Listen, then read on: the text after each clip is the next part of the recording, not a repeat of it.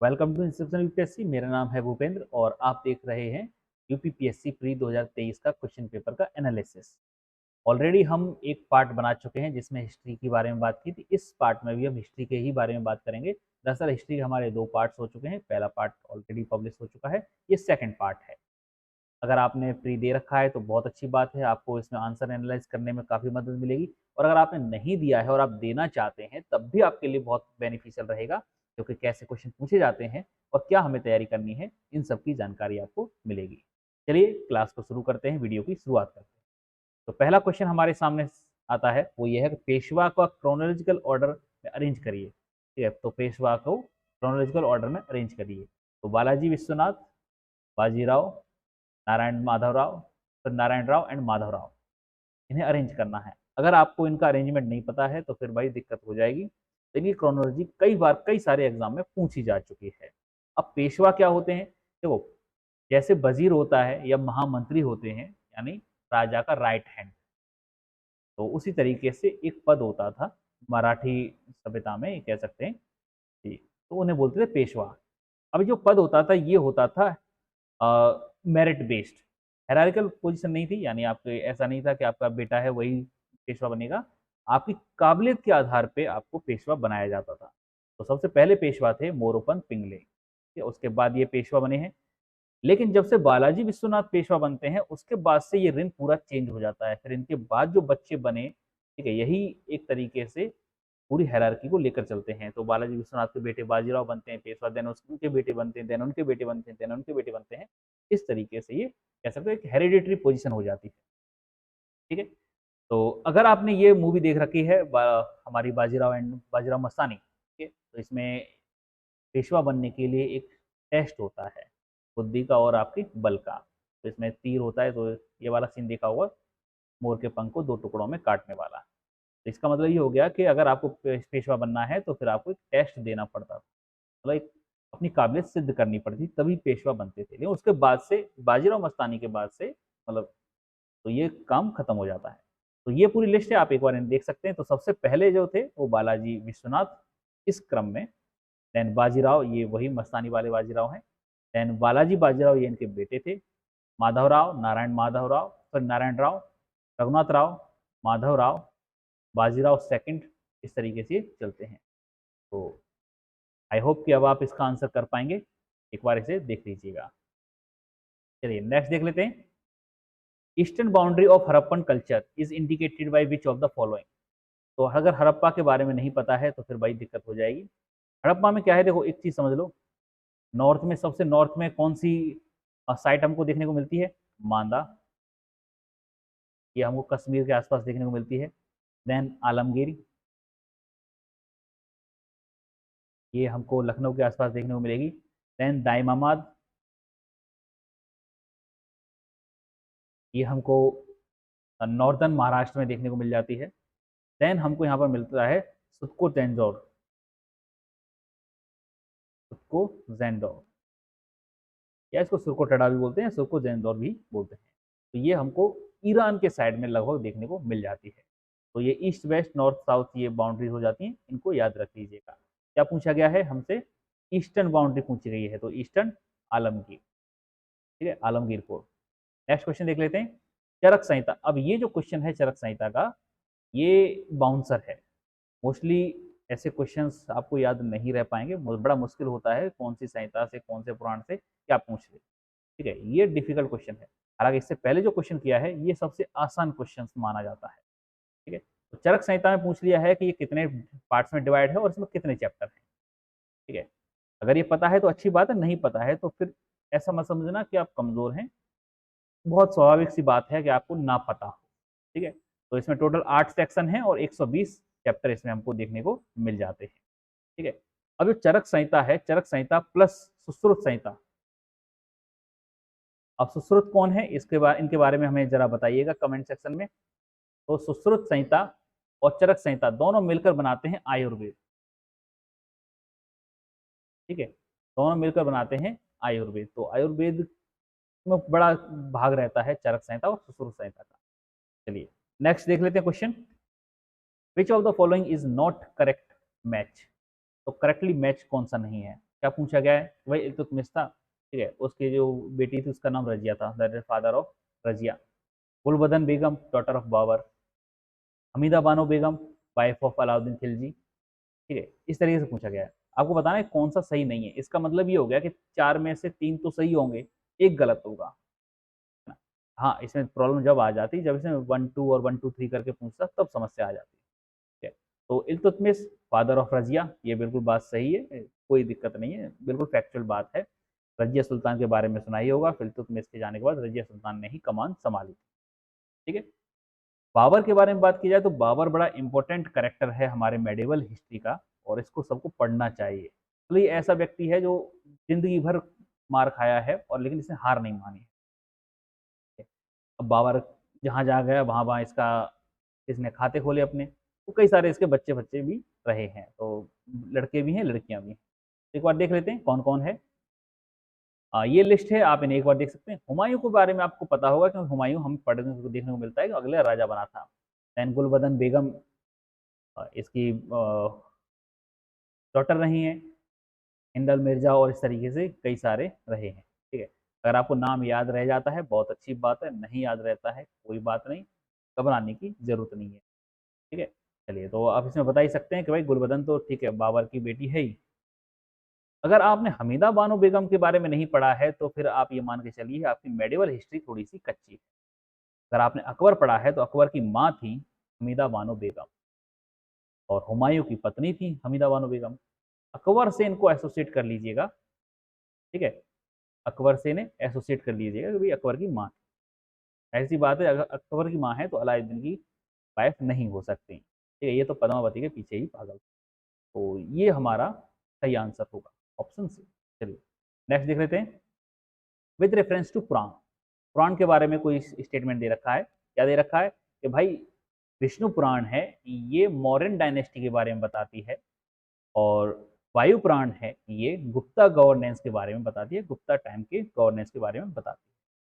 अब कितने पुराण हैं, पुराण होता क्या है इसको समझो। पुराण का मतलब होता है पुराना, यानी हिस्टोरिकल, बहुत पुरानी चीजें हैं उनको एक तरीके से लिखा जाता है पुराण। तो देखा जाए तो टोटल हमारे पास 18 मुख्य पुराण हैं, और 18 ही हमारे पास उप पुराण हैं, उप पुराण, ठीक है। 18 मुख्य पुराण और 18 ही उप पुराण हैं, ठीक है। अब इनको एक बार थोड़ा सा देख लेते हैं कौन कौन सी हैं। ये आपके सामने लिस्ट है, इन्हें देख सकते हैं। अब इनमें से कौन से आपसे क्वेश्चन पूछ लिया जाएगा ये बड़ा मुश्किल है बता पाना, कि अभी इसमें विष्णु पुराण और हमसे पूछा गया है वायु पुराण, दो पुराण के बारे में पूछ लिया गया है कि भाई कौन कौन किसके बारे में बताता है। तो देखिए जो पुराण है ये बेसिकली बताया जाता है कि भाई ये इन लिखी हैं वेद व्यास जी ने, और ये वही वेद व्यास जी हैं जिन्होंने महाभारत लिखा था, ठीक है। तो महाभारत भी इन्हीं से एसोसिएटेड है और पुराण भी इन्हीं से एसोसिएटेड है, हालांकि लिखे बहुत बाद में गए हैं। इवन आप ये देखिए विष्णु पुराण हमारे, और ये जिनको पुराण जो लिखे गए हैं ये 2nd सेंचुरी बीसी से लेकर 12th सेंचुरी एडी तक ये लिखे गए हैं, ठीक है। अभी 800 साल पहले ही कोई पुराण लिखे गए हैं, तो बहुत ज़्यादा पुराने नहीं है, नाम पुराना जरूर है, ठीक है।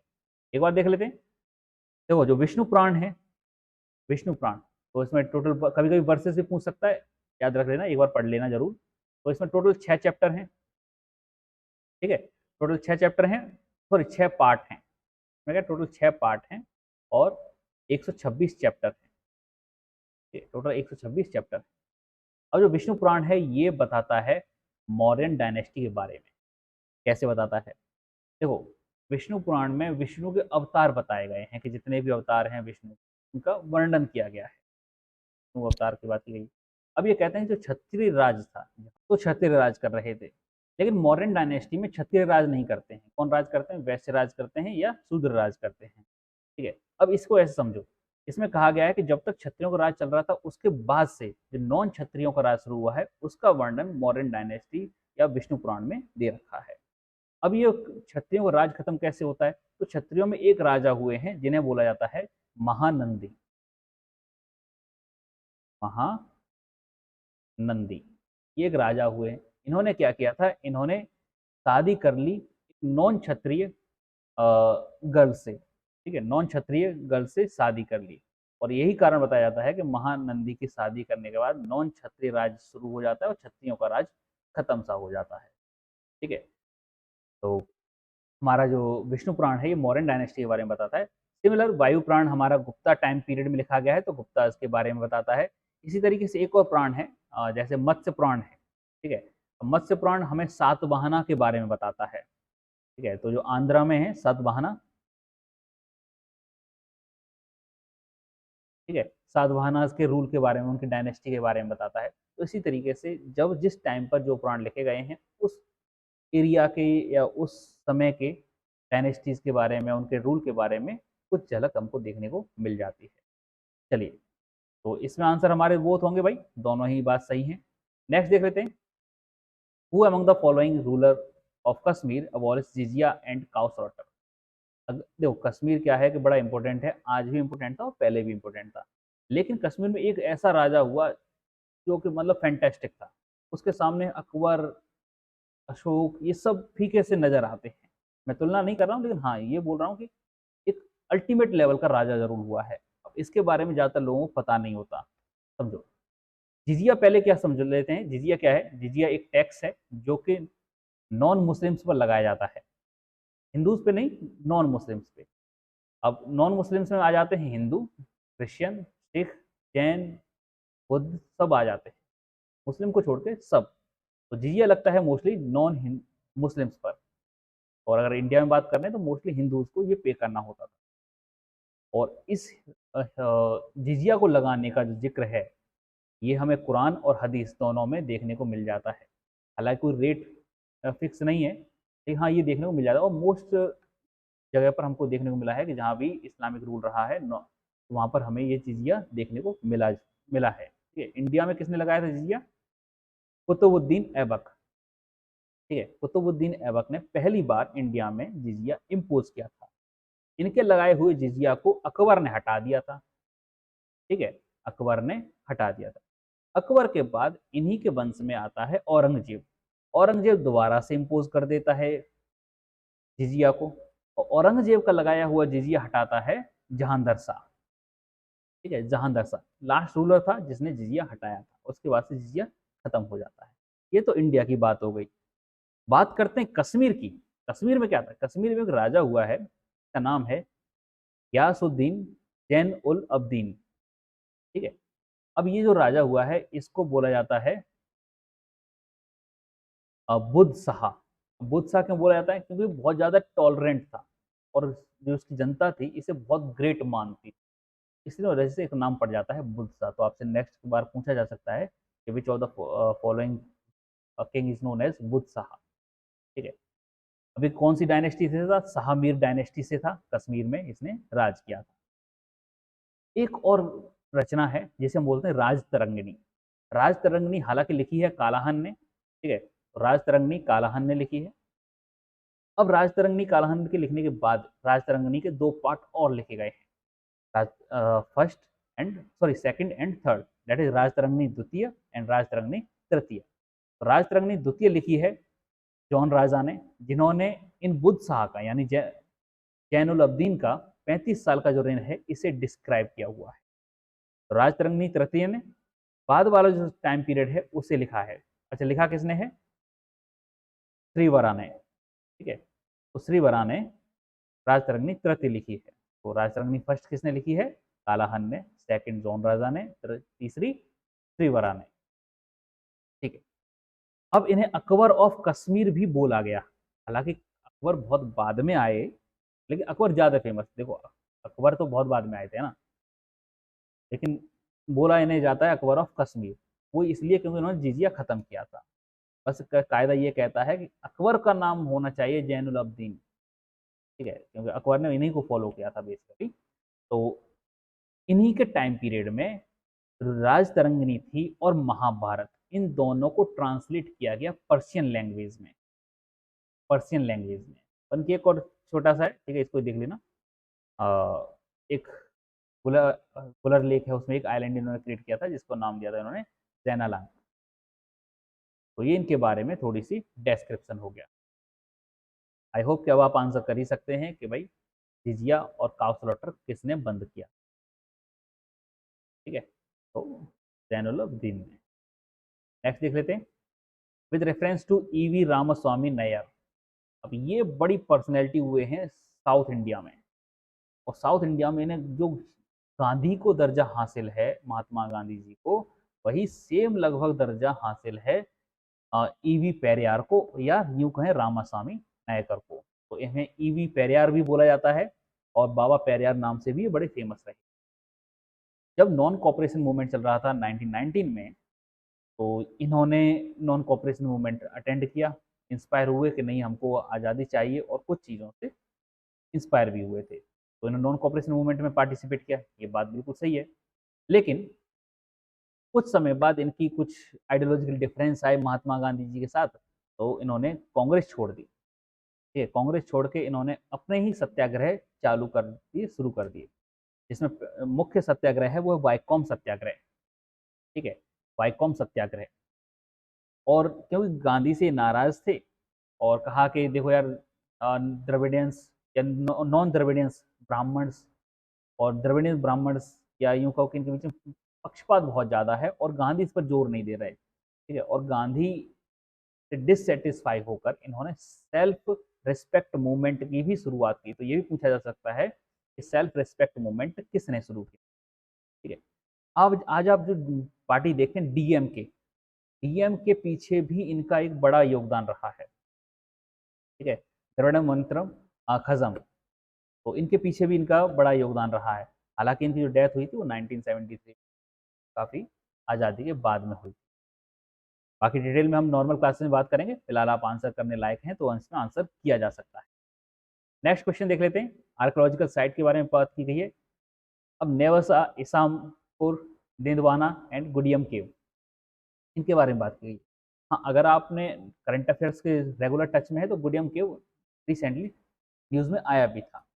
चलिए एक बार देख लेते हैं क्या है।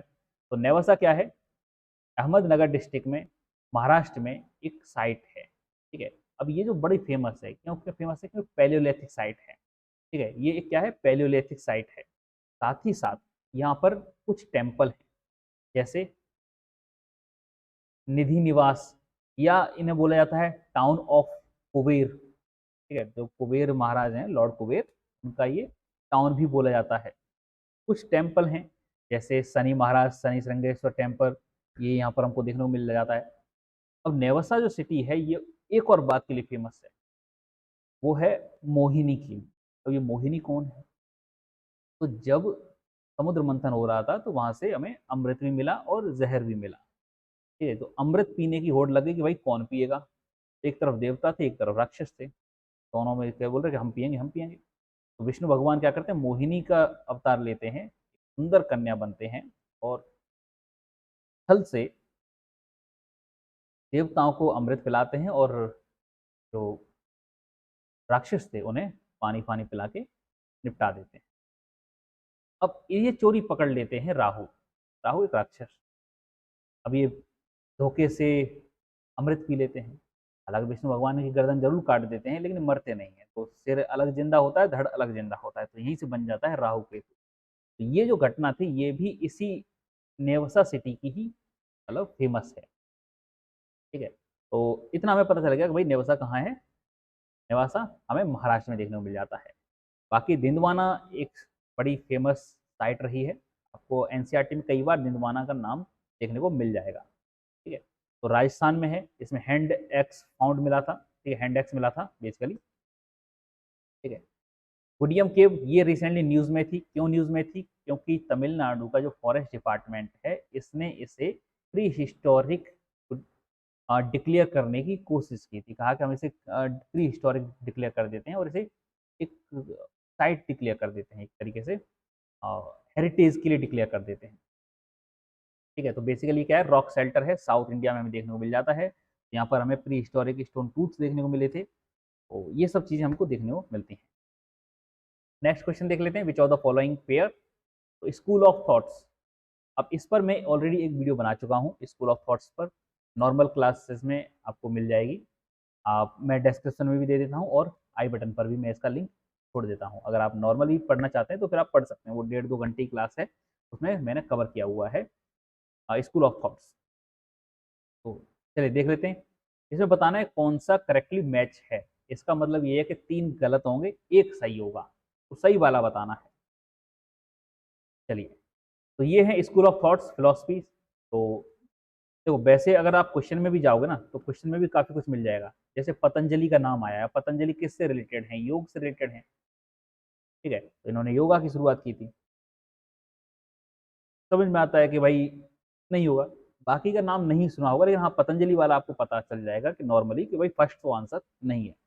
बाकी बच्चे 3, उसके लिए तो भाई पढ़ना पड़ेगा, इतना भी तुक्का नहीं लगता है, थोड़ा बहुत चल जाता है, लेकिन हर चीज तुक्के पर नहीं छोड़ सकते। तो संख्य के रचयिता हैं कपिल, कपिल महाराज। योग के रचयिता हैं पतंजलि। न्याय गौतम मुनि द्वारा लिखा गया। ठीक है, वैशेषिक कन्नड़ द्वारा लिखा गया। पूर्व मीमांसा जैमिनी, ठीक है, इन्हें लिखा गया है। तो फिर बाद में वेदांता रहते हैं। वेदांता में आदि अद्वैत, द्वैत, विशिष्ट द्वैत, विशिष्ट अद्वैत, ये चीज़ रह जाती हैं। द्वैत अद्वैत रह जाता है इनके बारे में। बाकी ये पूरी स्लाइड दे रखी है, सेम स्लाइड मैंने अपनी वीडियो से यहाँ पे उठा रखी है। तो अगर आप डिटेल में पढ़ना चाहते हैं तो आप वीडियो में जा सकते हैं। चलिए, तो इसमें हमें ये पता चल गया कि भाई जो न्याय है ये गौतम जी ने ही लिखा है, तो ये वहां पे हमारा आंसर हो जाता है, आंसर बी। चलिए, नेक्स्ट क्वेश्चन है खरीदादार।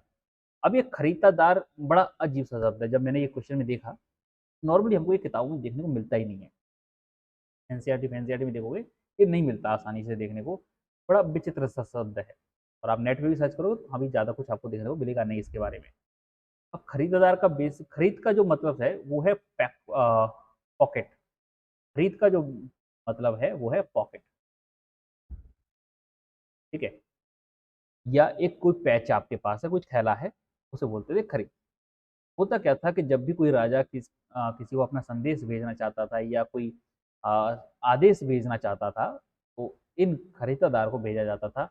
ये क्या करते थे, राजा का जो आदेश है इसे बंडल बना के अपने पॉकेट में रखते थे और इसे लेकर जाते थे।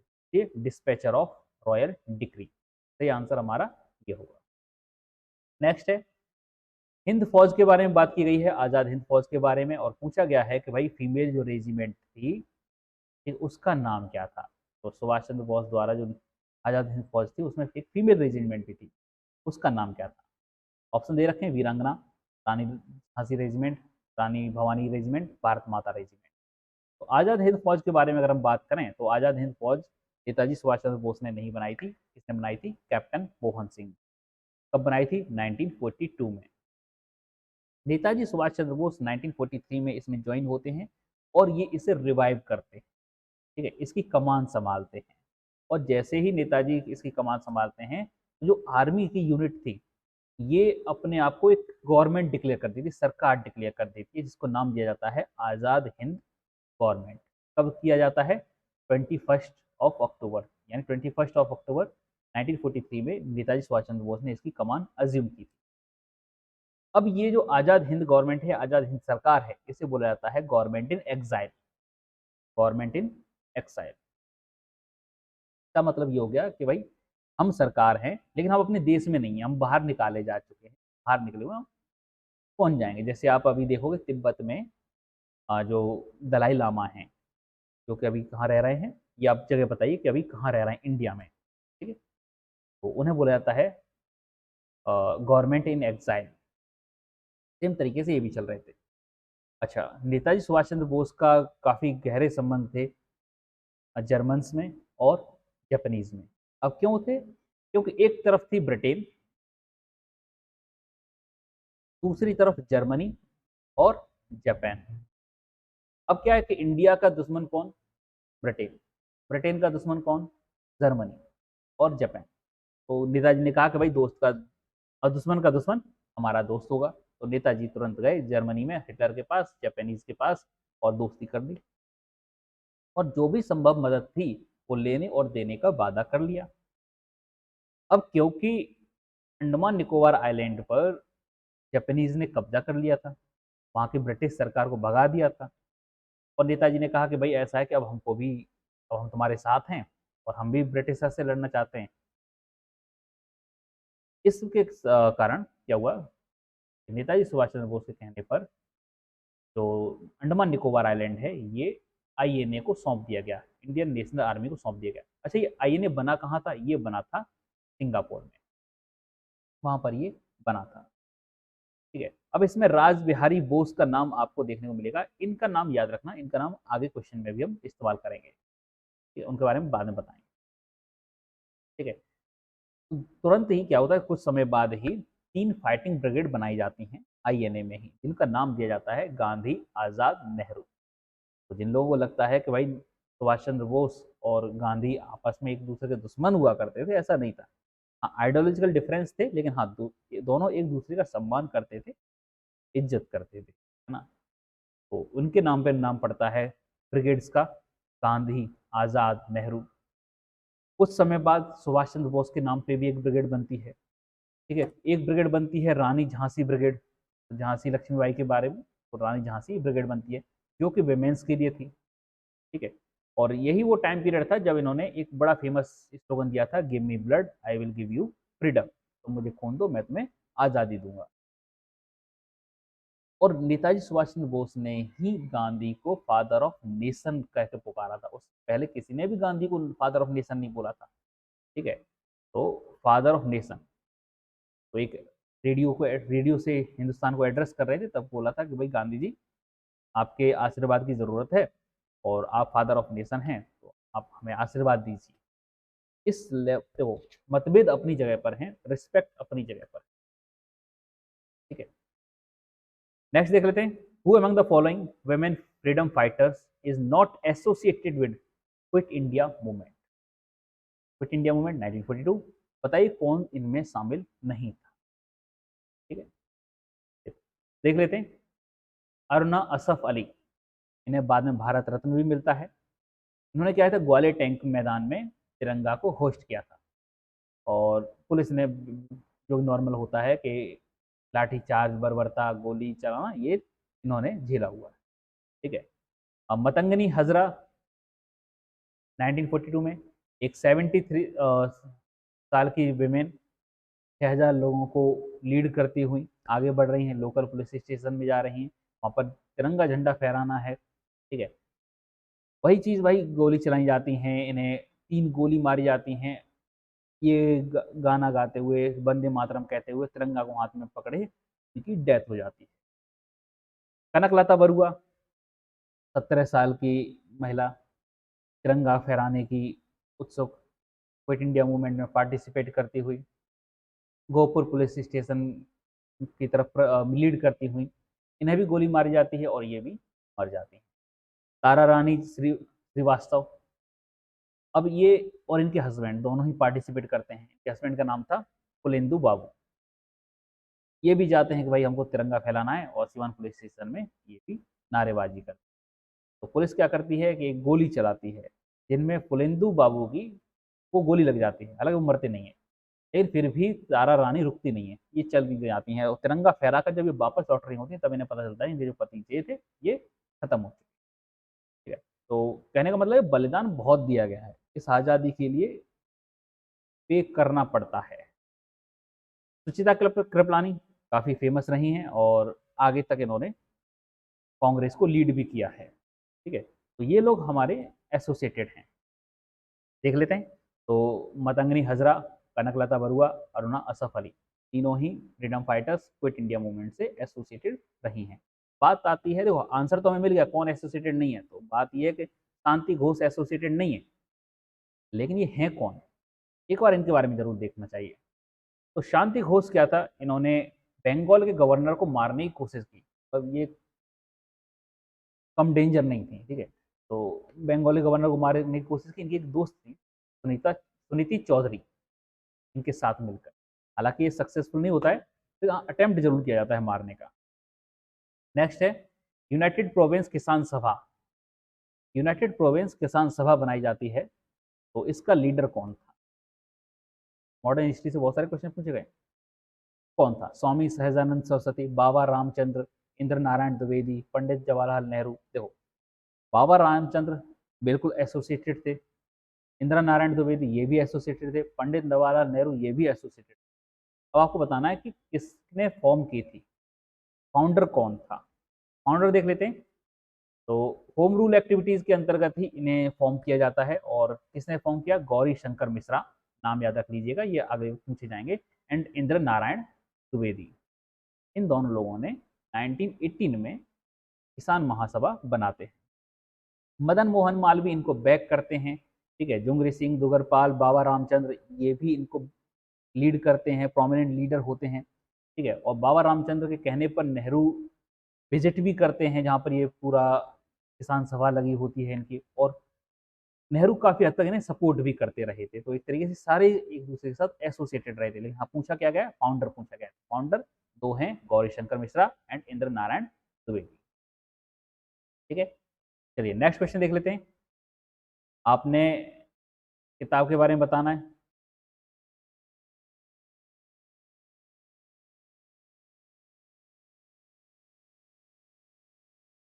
चलिए क्वेश्चन क्या है हमारा, which of the following is responsible for the bomb throwing bomb at the lord Hardinge. Delhi में एक प्रोसेसन लीड कर रहा था, उस पर क्या था, हमारे कुछ क्रांतिकारी थे, इन्होंने एक बॉम्ब फेंक दिया। हाथी पर लॉर्ड हार्डिंग जा रहे थे कि भाई शोभा यात्रा निकाली जा रही है, तो इन्हें मार दिया जाता है, मतलब अटैक किया जाता है, मरते नहीं बच जाते हैं। तो ये किसने किया था, कौन सी समिति थी, कौन सा एसोसिएशन था जिसके अंतर्गत ये हुआ था। एक बार देख लेते हैं। इस पूरी घटना को बोला जाता है दिल्ली कॉन्स्पिरेसी केस या दिल्ली लाहौर कॉन्स्पिरेसी। 1912 में जब कैपिटल शिफ्ट की जाती है कोलकाता से न्यू दिल्ली, इंडिया की कैपिटल शिफ्ट की जाती है, और इस चीज को सेलिब्रेट करने के लिए एक बड़ा सा प्रोसेसन निकाला जाता है, सेलिब्रेशन होता है। और क्योंकि इंडिया में उस समय भुखमरी चल रही थी, लोग परेशान थे, और यहाँ पे फिजूल खर्ची हो रही थी। हमारे जो लीडर्स थे वो नाराज थे कि यार क्या चल रहा है, हमारे पास खाना नहीं है, तुम वैसे उड़ाए जा रहे हो। इसके रिस्पॉन्स में लॉर्ड वाइसरॉय को मारने की कोशिश की जाती है। और इनमें जो प्रोमिनेंट नाम थे वो थे रास बिहारी घोष। रास बिहारी घोष, इनको कभी मौका मिले इनको जरूर पढ़ना, ठीक है, इनको जरूर पढ़ना। रास बिहारी बोस इस घटना में भी रहे, रास बिहारी बोस आईएनए बना तब भी रहे, ये तगड़े खुराफाती रहे, ठीक है। चलिए अब बात करते हैं कि कौन सी से जुड़े रहे, ठीक है। तो अनुशीलन समिति एक समिति हुआ करती जो कि फिटनेस क्लब हुआ करता था, जिस हालांकि दिखने में फिटनेस क्लब था, लेकिन हाँ इसमें जो भी लड़के शामिल हुआ करते थे फिटनेस के नाम पर, वो एक तरीके से एंटी ब्रिटिश रेवोल्यूशनरी हुआ करते थे। ब्रिटिश के खिलाफ पूरा षड्यंत्र यहीं पे रचा जाता था, सीक्रेट सोसाइटी एक तरीके से बोल सकते हैं हम, ठीक है। और अनुशीलन समिति को बनाया किसने था, सतीश चंद्र परमत मित्र ने, अरविंदो घोष एंड सरला देवी ने, तो ये इसके फाउंडर थे, ठीक है। अब क्या है कि अनुशीलन समिति के अंतर्गत रास बिहारी बोस भी शामिल थे, और भी कई सारे लोग शामिल थे, इन्होंने प्लान किया। अब अनुशीलन समिति के दो पार्ट बन जाते हैं आगे चलकर, कौन कौन, वेस्ट एंड ईस्ट बंगाल में, ठीक है। तो ईस्ट एंड वेस्ट बंगाल को लीड कर रहे थे और ढाका अनुशीलन समिति, ठीक है, and Jugantar group in central Kolkata. इन में न जाते हुए आप अनुशीलन समिति लगा दीजिए, that is a better thing. Next देख लेते हैं। तो आज के लिए हमारे लिए इतना ही रहेगा। नेक्स्ट वीडियो में हम पॉलिटी के बारे में बात करेंगे। वीडियो में बने रहने के लिए बहुत बहुत